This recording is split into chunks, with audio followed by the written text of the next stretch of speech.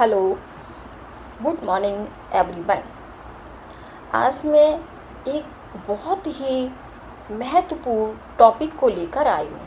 वो टॉपिक आपने कोरोना काल में सुना होगा, आइसोलेशन।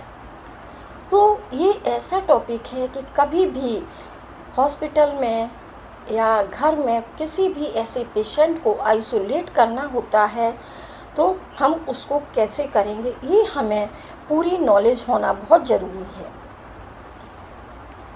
इंट्रोडक्शन। आइसोलेशन एक ऐसा प्रोसेस है जिसमें संक्रामक रोगों से पीड़ित मरीजों को अन्य लोगों से अलग रखा जाता है, जिससे संक्रमण का प्रसार रोका जा सके। यह अस्पतालों, स्वास्थ्य केंद्रों तथा घरों में इन्फेक्शन कंट्रोल का एक महत्वपूर्ण उपाय है।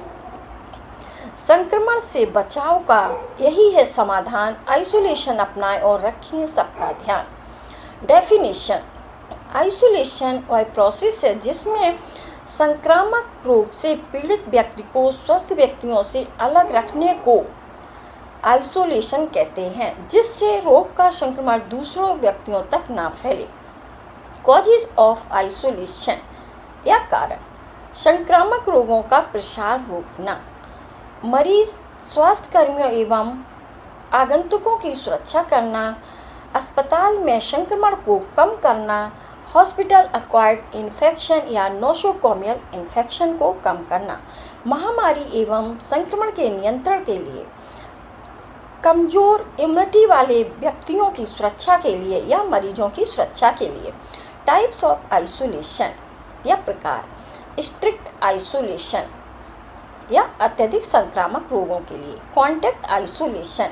तो कॉन्टैक्ट आइसोलेशन में स्किन या किसी भी वस्तु के कॉन्टैक्ट से फैलने वाले रोगों के लिए। Droplet isolation. ड्रॉपलेट आइसोलेशन खांसने, छींकने या बोलने से फैलने वाले रोगों के लिए प्रयोग किया जाता है, जिसमें मेनली आता है ट्यूबरकुलोसिस का पेशेंट। तो ऐसे पेशेंट से बचने के लिए हमें मुंह पर मास्क लगाकर रखना। Airborne isolation. हवा के माध्यम से फैलने वाले संक्रमणों के लिए। Protective isolation. वीक इम्यूनिटी वाले मरीजों की सुरक्षा के लिए। Reverse isolation. मरीज को बाहरी संक्रमण से या इन्फेक्शन से बचाने के लिए। नेक्स्ट, पर्पस ऑफ आइसोलेशन या उद्देश्य। इन्फेक्शन के प्रसार या संक्रमण के प्रसार को रोकना, पेशेंट और स्वास्थ्य कर्मियों की सुरक्षा करना, अस्पताल संक्रमण या नोसोकोमियल इन्फेक्शन को कम करना, रोग नियंत्रण एवं सार्वजनिक स्वास्थ्य की रक्षा करना और संक्रमण श्रृंखला या चेन ऑफ इन्फेक्शन को तोड़ना। आइसोलेशन का रखें ध्यान, संक्रमण होगा आसान समाधान। मैनेजमेंट ऑफ आइसोलेशन या प्रबंधन। मरीज को अलग कमरे में रखना, हाथों की साफ सफाई बनाए रखना, पीपीई या personal protective equipment like cap, mask, gown, apron, gloves, shoe cover. तो हमें अगर ऐसे किसी इन्फेक्टेड पेशेंट की केयर करनी होती है तो हम ये पीपीई का यूज करते हैं, जिससे कि पेशेंट की केयर के साथ साथ हम अपने को भी इन्फेक्शन से बचा सकें।